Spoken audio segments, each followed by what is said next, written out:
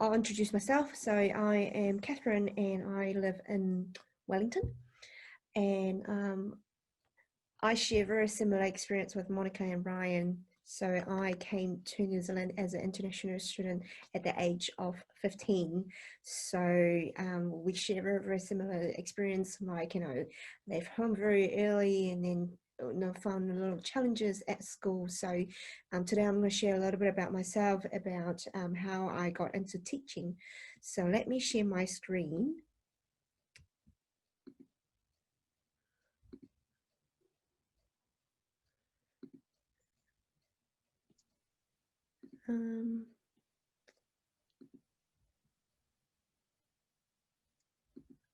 Sorry, I don't think I will be able to share it. Oh, is it right? Okay, just do. Let me check. Yep, sure. Can you see it now? No. No? Okay. Yeah. Let's try again. Let's try share. How about now? Oh, awesome. Yes. Yes, you can see it now? Yeah, I can see it now. Okay, right. So here it is. So I am going to share about education. So this is me. I came to New Zealand as a high school student back in 2006, and at the age of 15, the reason why I came to New Zealand is because I was struggling at school. I always said that I wasn't the smartest student, but I struggled at school. So I thought, look, I can't sit and do nothing. So I decided to came overseas and came to New Zealand, and I chose to go to Napier High School because I have the same reason as Ryan said. I want to be away from many international students, and I chose to go to a little town, Napier, to do my studies. At school, we only had 10 international students, 2 or 3, who can really speak Chinese. So I spent the first 6 months sitting in classroom without, socializing, without talking to any of my friends because I couldn't speak any English. But I started to build up in the first 6 months, and within 12 months, I was able to communicate, not fluently, but at least I can tell people what I need, what I want to do. So that was me. And then I went to New Zealand School of Music in 2009 to do a Bachelor of Music. I really, really, really wanted to do a Bachelor of Music. And I want to get into industry where you can help with any production, movies. So that's what I was hoping to do. But as international student, you really can't get into these industry unless you are a permanent resident. This is my only chance.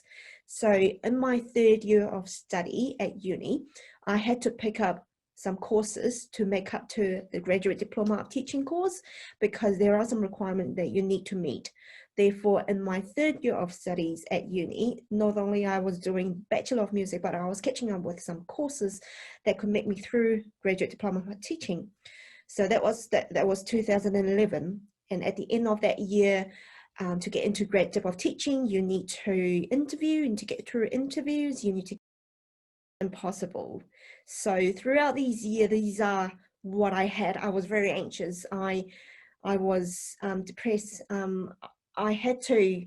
I sat in the middle of night, not knowing what's going to happen next year or in 2 years, because I really want to know where am I going to end up with. And I had a lot of self-doubt because I thought, what if I didn't do music? What if I was a teacher at the start of my tertiary studies? But I knew that if I didn't do my Bachelor of Studies, I would regret it, and I'll know that I wouldn't love to get into teaching without doing my Bachelor of Music.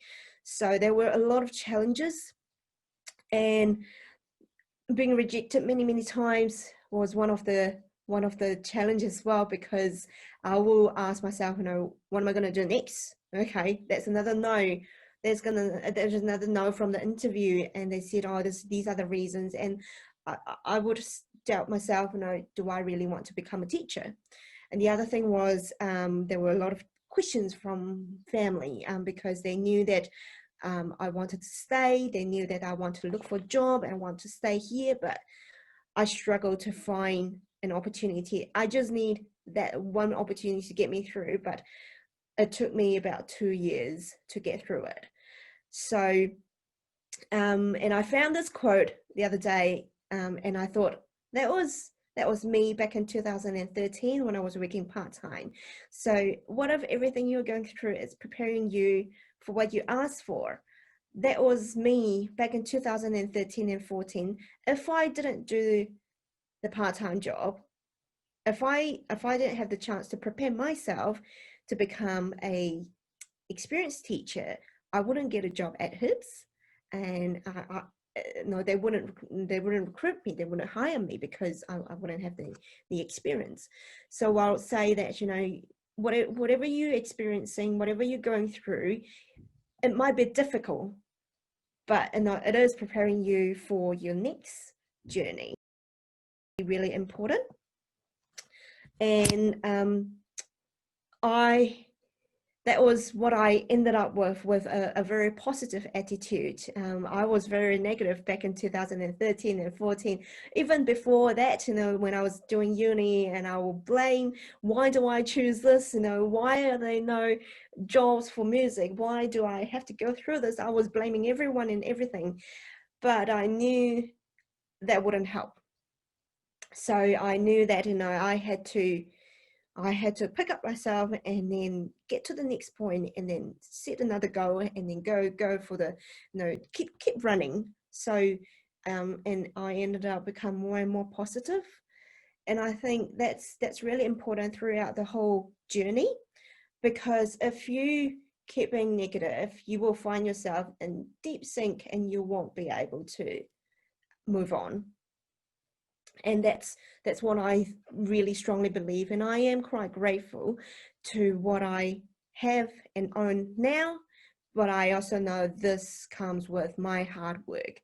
It didn't just come naturally, you know. You need to work hard and believe that, you know, if you become positive and you find your way and follow your heart and challenge your limits, step out of your comfort zone, it is, you know, possible. You know, you will get there.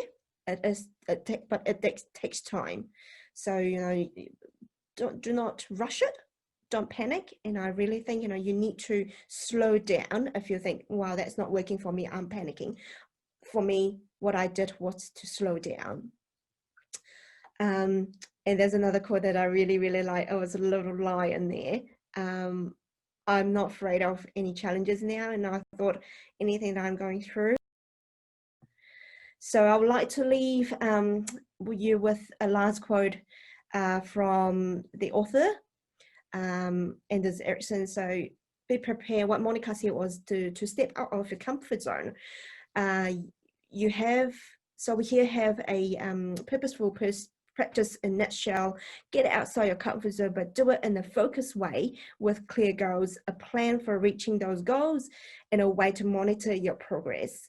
You need to have a goal, and you need to know what to do and how to do, not just a goal that you think, I'm just going to achieve that in 5 years without knowing what to do. Knowing what to do, it's really, really important. The journey itself, it's much more important than the result. So hopefully, you know, that will be really, really helpful to anyone here. And I'm happy to take questions at the end of the session. So hopefully you'll become a king. Thank you.